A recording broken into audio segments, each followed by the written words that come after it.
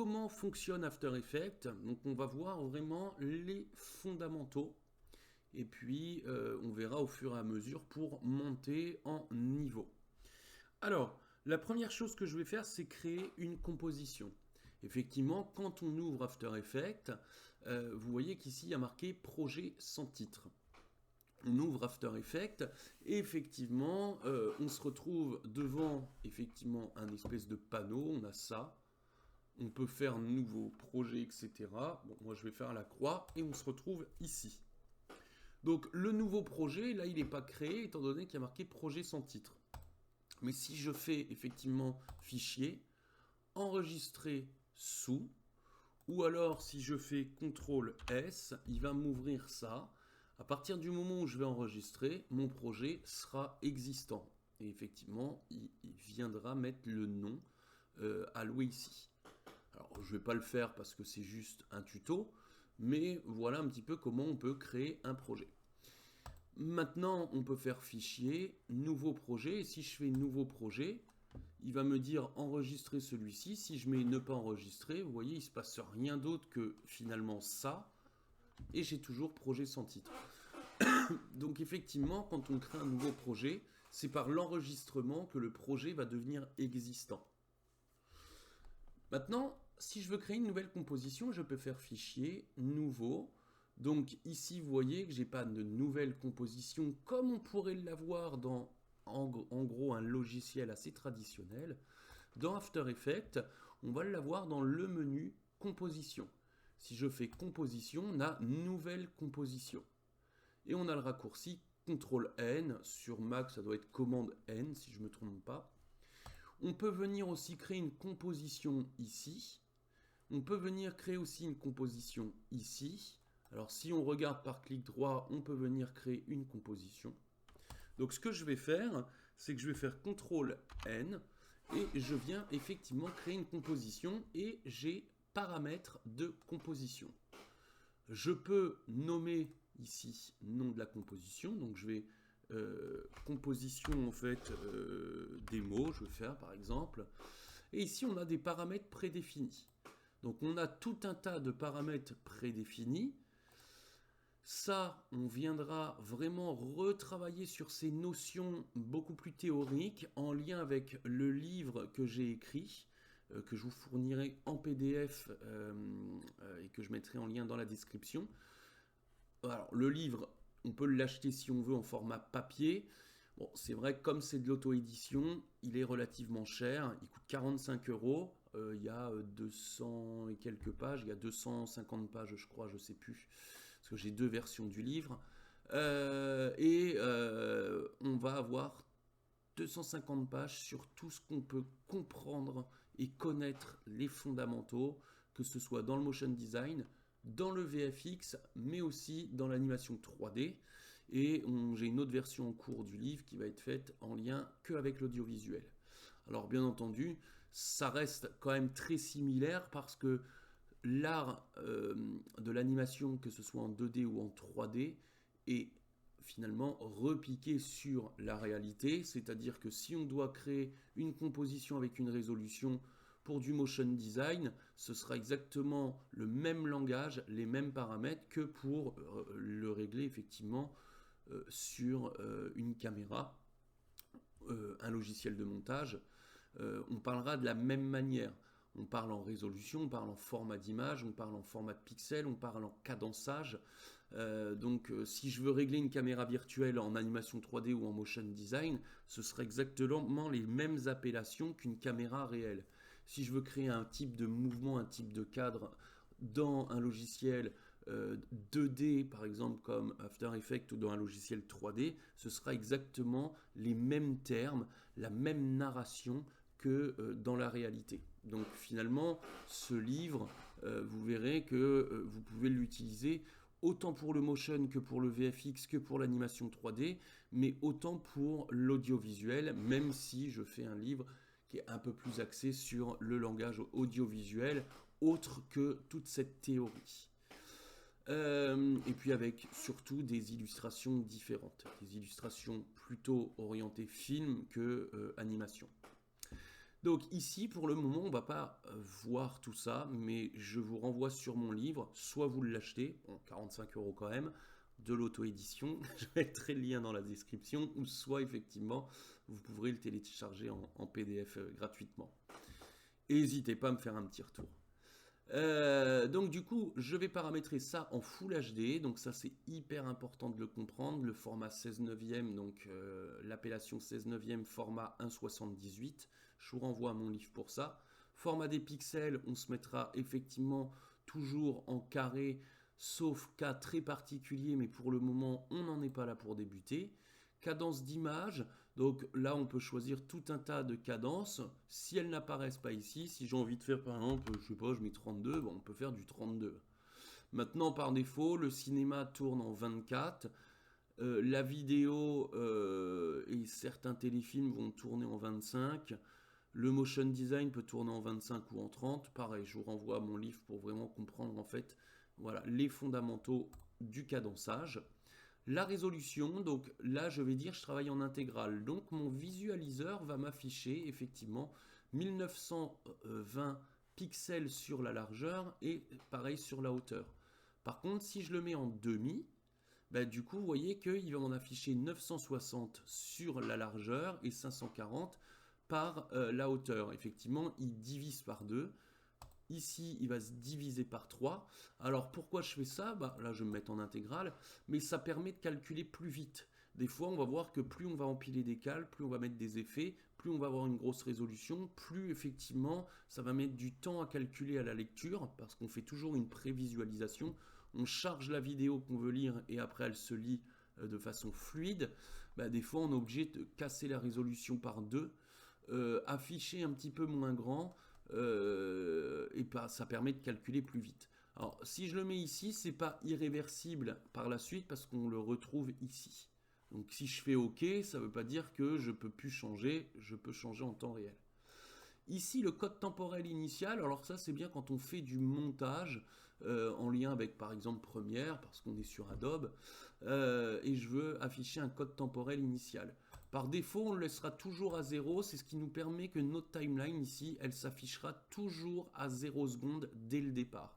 Si vous changez ça, elle commencera par exemple en fonction de ce que vous allez allouer.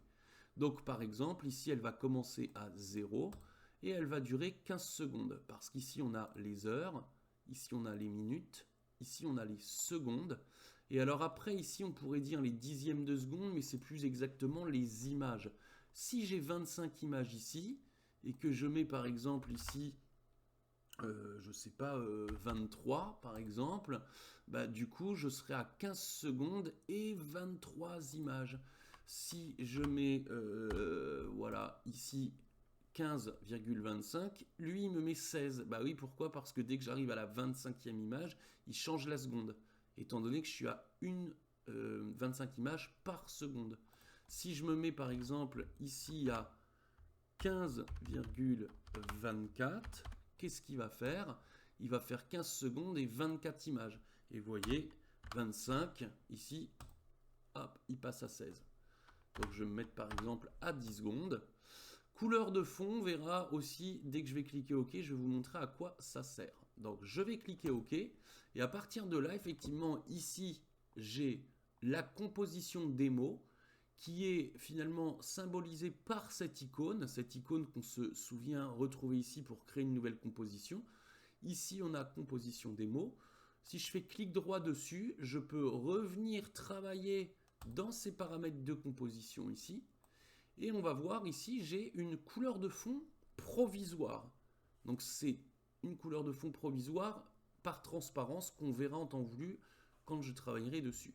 Si je change la couleur, ici on voit bien que ça change la couleur. Donc je vais cliquer OK. Et ici le noir, c'est tout simplement du vide. Et on voit ici que dans mon gestionnaire de calque, je n'ai aucun calque de créé. Maintenant, ici, on a des icônes. Et regardez ici, l'icône damier me permet d'activer et désactiver la transparence. C'est bien preuve, en fait, qu'il n'y a rien sur, ici, donc mon gestionnaire de calque. Je n'ai aucun calque.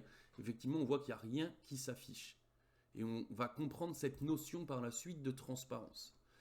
Ici, ma composition, elle est nommée ici, donc répertoriée, mais je la retrouve ici, vous voyez, hop, dans cet onglet. Ni plus ni moins comme si on avait les onglets ici, ou l'onglet effet ici, qu'on ne voit plus d'ailleurs, mais que, comme dans la vidéo juste avant, où je vous parlais des options d'effet. Donc effectivement, on voit que je ne peux pas les afficher. Il va falloir emmener quelque chose pour pouvoir effectivement réouvrir en fait ici cette fenêtre. Ici maintenant, on voit que j'ai débloqué tous les outils. Donc j'ai effectivement, alors je vous conseille de travailler à la souris. J'ai l'outil de sélection, donc pour sélectionner. J'ai la main pour pouvoir se déplacer. Ici, c'est tout ce qui est en lien avec la caméra en 3D. Là, j'ai rien créé en caméra en 3D et j'ai pas créé de calque 3D, donc je ne peux pas les utiliser. Ici, j'ai la loupe, c'est le zoom, la rotation, etc. Et on verra en temps voulu quand je vais créer des choses. Ici, j'ai effectivement du magnétisme. Donc ça, c'est vraiment bien pour venir coller des calques ensemble ou des points d'ancrage, pareil, qu'on verra en temps voulu. Ici, si je me mets en ajusté par exemple à 100%, il va s'ajuster à 100% en fonction de l'ouverture de mon panneau. Maintenant, si je me mets par exemple comme ça, il va suivre en temps réel et il va s'ajuster. Je peux me dire en fait, je m'affiche comme ça. Je peux y aller avec la molette de ma souris. Donc, je roule avec la molette de ma souris. Je sélectionne par clic gauche. Par clic droit, j'emmène des nouvelles options. Et avec la molette du milieu, je peux venir choisir la main pour me déplacer. Ça, c'est pratique quand on zoome, par exemple, pour venir en fait se déplacer. Ici, on verra pareil. Donc, je peux rappeler si je me mets en automatique, en intégrale, entière, etc. En automatique, en fait, il va calculer en fonction de la capacité de ma machine ce qu'elle peut encaisser et il va attribuer une résolution en fonction. Bon, je vais me laisser en intégrale. Et puis pareil, on verra en fait toutes ces petites options en temps voulu au fur et à mesure qu'on va travailler.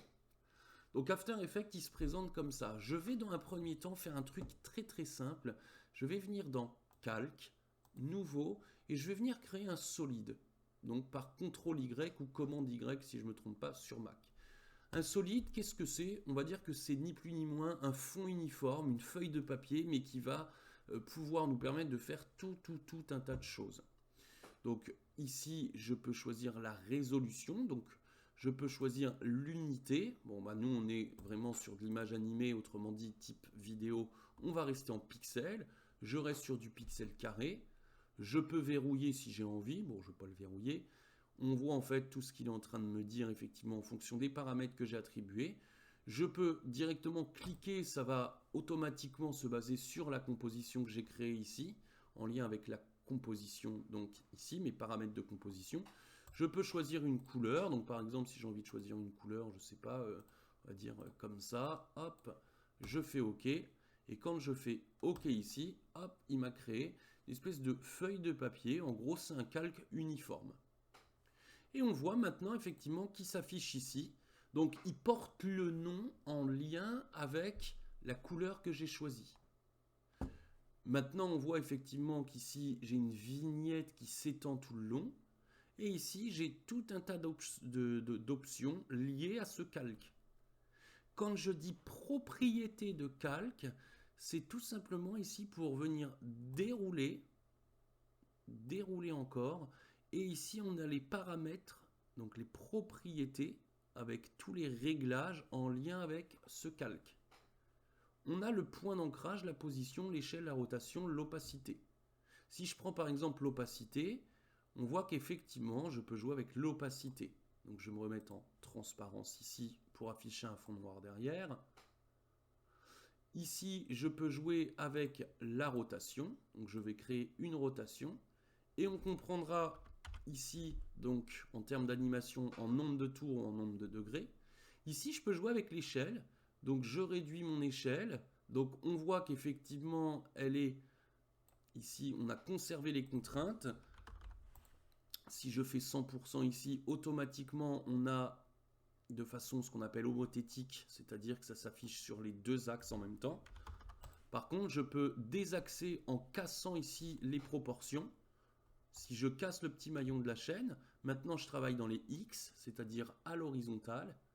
Et maintenant, je travaille dans les Y uniquement à la verticale.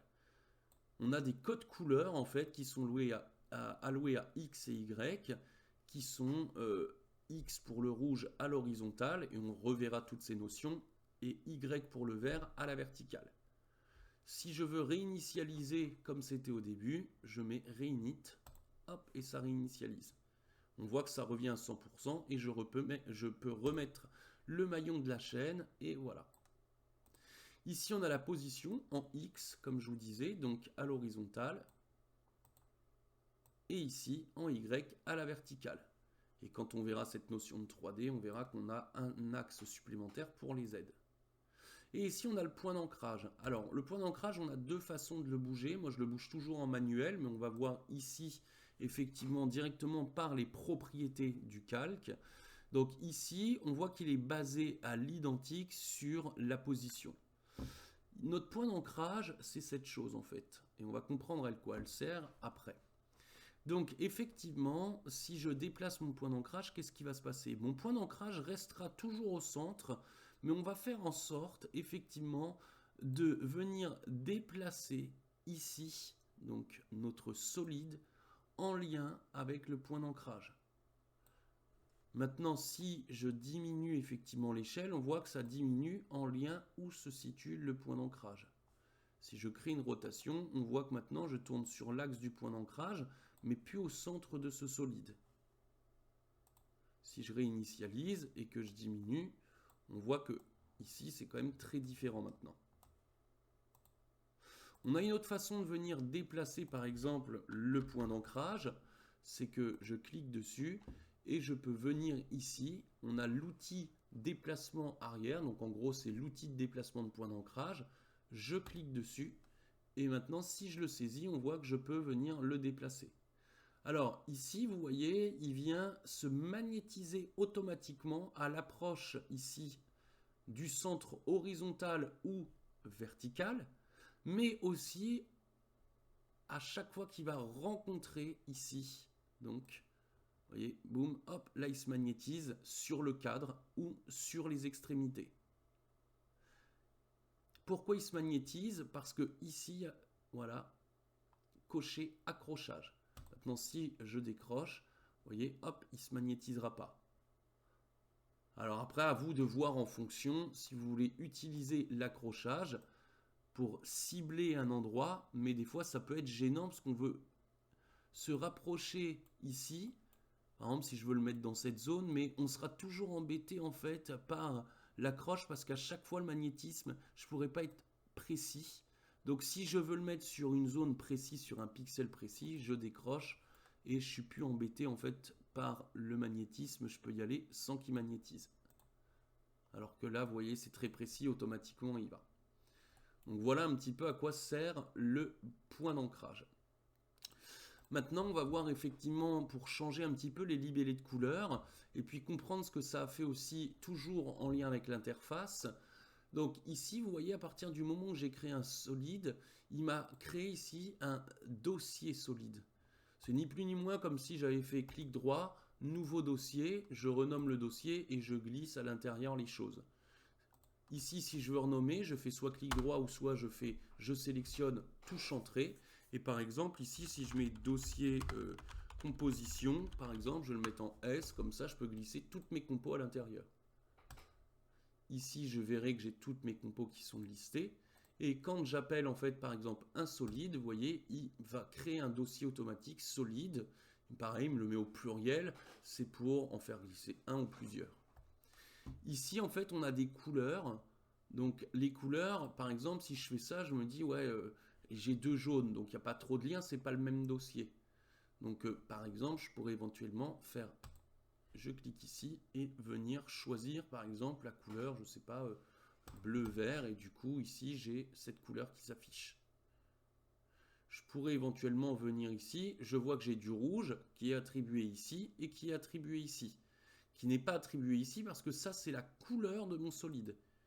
Effectivement, si je sélectionne mon solide, je vais dans le menu calque, paramètres du solide et je peux rechanger effectivement la couleur si j'ai envie. Mais c'est pas pour autant ici qu'elle va s'afficher en bleu. Elle s'affichera ici pour dire ça c'est la couleur de ton solide. Elle reportera le nom effectivement sur mon solide et sur mon calque. Mais par contre la couleur n'a pas changé ici et ici. Donc si par exemple je décide de changer la couleur en fait ici de mon calque et pas de mon solide à proprement parler, je clique ici et si je fais vert, on voit que maintenant c'est passé au vert, ici, ici. Et ici maintenant mes encadrés et mon point d'ancrage sont devenus verts.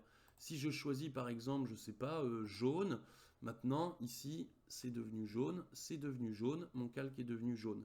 Mais on voit toujours qu'ici c'est resté rouge. Ici, bon bah bien entendu, ça reste la couleur de mon solide. Donc c'est bien aussi d'essayer d'être cohérent. Par exemple, ce bleu là, pour ce solide, bah, l'idée c'est de mettre par exemple effectivement peut-être une couleur comme ça, ou peut-être une couleur cyan, mais d'essayer voilà, d'être un petit peu dans le même ton, et pareil ici. Voilà, au moins voilà, il y a plus de cohérence. Après les libellés de couleurs, on peut le changer aussi ici. Alors si je clique dessus, il ne se passe rien, hein. Donc ici, j'affiche le plein écran, soit je redouble-clique, ou soit je fais parenthèse fermée pour ouvrir en grand écran ou fermer. Et ici, si je clique, effectivement, je peux changer la couleur. Et si je mets par exemple pourpre, on voit que maintenant ça s'affiche ici. Donc ça, c'est hyper important de venir voilà, mettre des libellés de couleurs. Et on voit qu'effectivement, ça s'affiche ici. Si j'ai envie de changer effectivement ici les libellés de couleurs et attribuer d'autres noms, je peux mettre modifier les couleurs des libellés. Ça va m'ouvrir ce panneau. Et ce panneau, souvenez-vous, on peut l'avoir dans édition, préférences. Alors sur Mac, ça devrait être, je ne sais plus si c'est en fichier ou After Effects, à vérifier. Et je peux retrouver ici libellé. Et si je clique ici, effectivement, on va avoir le panneau des libellés. Donc par défaut, il va nous dire que quand je vais venir créer une composition, elle sera de cette couleur. Par défaut, quand je vais venir créer une vidéo ou importer une vidéo, elle sera de cette couleur. Par défaut, quand je mettrai de l'audio, il sera de cette couleur, etc. Mais je peux changer la couleur des libellés, etc. C'est-à-dire que par exemple, si j'ai envie de dire que le bleu moyen ici, je veux que mon calque soit de la même couleur que ça, bah, par exemple, je me dirais, bah, à la place du cyan, ici, je pourrais marquer bleu roi, par exemple. Je prends la pipette, je viens sélectionner comme ça, et maintenant, si je fais OK, on voit qu'effectivement, ici, donc mon calque est devenu de la même couleur que ce solide. Et on voit, maintenant, si je clique, on voit bleu roi. Si je fais ça, je fais ça. Si j'ai envie d'appeler ça, par exemple, tuto, hop, bah maintenant, si je clique ici, il s'appellera tuto. Donc après, à vous de voir un petit peu. Faites attention parce que ça reste par défaut. Donc, faites attention à bien, dans l'idée, mettre un libellé et un nom assez cohérent. Donc ici, je vais retourner en cyan, parce que c'était marqué en cyan. Voilà. Ici, bleu-vert, bon, je vais mettre bleu. Et puis ici, peut-être que je vais changer la couleur. Ça, je vais mettre plus, je sais pas, comme ça. Et puis, je vais mettre ici, bah, je vais mettre turquoise. Hop, je vais faire ça. Même si on n'est pas vraiment, ouais, on va faire turquoise comme ça. Hop. Voilà, par exemple, hop, et si j'ai envie de faire ça, clac, et attribuer du turquoise ici, voilà, on voit que je peux le sélectionner. Voilà. Alors, je vais retourner ici, et voilà, même si c'est pas vraiment du cyan. Mais voilà un petit peu comment ça marche. Donc, effectivement, on a tout un tas de choses. Ici, par exemple, si je crée de nouveau un solide, je change la couleur. Si j'ai envie de me mettre comme ça, comme ça. Si j'ai envie de recréer effectivement un solide, donc on le voit avec CTRL-Y, j'ai envie de faire ça. Si j'ai envie de recréer encore un solide, alors on va voir pourquoi je fais ça. Par exemple comme ça et comme ça. On voit qu'effectivement, il va me créer tous les solides, il va les répertorier ici. Alors après, on voit que à chaque fois que je crée un solide, ils sont en rouge. Donc ici, je pourrais éventuellement dire, bon bah voilà, mets-toi par exemple en rose, ça rappellera un peu la couleur de ça. Ici, il est plutôt gris-vert, bon je vais mettre, voilà, peut-être un vert comme ça. Et puis ici, il est en cyan, je vais peut-être mettre du cyan, même si c'est pas, bah, je vais mettre du turquoise, voilà. Voilà, c'est un peu plus cohérent. Et maintenant, on va voir les icônes, effectivement. Si j'ai envie juste d'afficher, par exemple, je peux venir afficher celui qui est en dessous, je peux désactiver les autres. Ici, c'est pour mettre en solo. Bah, effectivement, quand on a plusieurs calques et que je veux voir juste le magenta, je ne vais pas à chaque fois venir cliquer. Donc on voit que je peux balayer comme ça ou cliquer. Imaginez, j'ai une centaine de calques et je veux juste afficher lui. Bah, je viendrai plutôt ici, mettre ça en solo. Voilà. Comme ça, on voit qu'ils sont grisés. Il affiche uniquement celui-ci. Si je veux tout réafficher, hop, je clique dessus. Ici, dès qu'il y a une flèche qui pointe, ça veut dire que effectivement, on peut dérouler. On retrouve nos propriétés liées au calque. Ici, les couleurs. Ici, le classement. Si j'ai envie de prendre le calque magenta, je peux le placer au-dessus. Voilà. On a le nom des calques. Mais si, là, il ne se passe pas grand-chose, nom des calques, nom des sources, numéro, nom des calques. Vous voyez, à chaque fois, il y a quelque chose qui est attribué. Si ici, j'ai envie de faire clic droit, renommer, et puis que j'ai envie de mettre magenta tout court, magenta en majuscule, ici il y a marqué magenta uni 1, maintenant il s'appelle magenta tout court en majuscule. Si je veux revoir effectivement sa racine, hop, j'ai juste à cliquer ici. Alors là, ça ne l'a pas fait effectivement parce que je l'ai renommé ici, mais maintenant, regardez, si je fais ici cyan comme ça, on voit que je ne l'ai pas renommé ici, mais maintenant si je clique dessus, vous voyez, hop, cyan sombre uni 1, c'est bien celui-ci. Donc ici, maintenant si je fais ça, hop, on a le nom des calques ici, mais ça n'a pas changé ça à la racine, alors que là je l'avais changé à la racine. Ici c'est le discret. Alors ça par exemple, ici si j'ai plein de calques comme ça, je vais faire ça, hop, je vais faire ça, je vais en afficher plusieurs. Et je veux travailler que sur celui-ci, et puis j'ai plus trop de place parce que je suis comme ça. Et puis j'ai envie effectivement de venir me dire, je ne veux afficher que celui-ci ici dans la timeline, donc dans le gestionnaire de calque, mais pas les autres. Mais qui s'affichent par contre dans le visualiseur.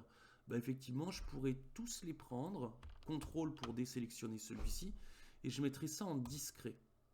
Donc ici, ils sont tous sélectionnés maintenant, ils sont tous en discret, et il faudrait que j'appuie sur cette icône. Hop, et on voit effectivement qu'ils n'apparaissent plus ici, donc c'est plutôt cool parce que ça me permet effectivement d'avoir vraiment de la place dans ma timeline, mais ils s'affichent toujours ici. Vous voyez, j'ai que le magenta, mais par contre, j'ai toujours effectivement ce calque turquoise qui s'affiche ici. Et si je veux les réafficher, j'ai juste à cliquer ici sur l'action discret, hop, et ça me les réaffiche. Donc ça, c'est plutôt pratique en fait, quand je veux par exemple travailler que sur un calque. Ici, c'est pour vectoriser. On comprendra mieux effectivement cette notion de vecteur et je vous renvoie à mon livre. Ça, c'est très bien quand on joue avec des fichiers Illustrator. Donc là, je ne vais pas en faire la démonstration. Là, c'est pareil, on verra en temps voulu, c'est la qualité d'échantillonnage. Ici, FX et interpolation d'image, c'est du solide, donc ça ne s'affiche pas. Flou de mouvement, etc. On verra en temps voulu le reste de ces icônes.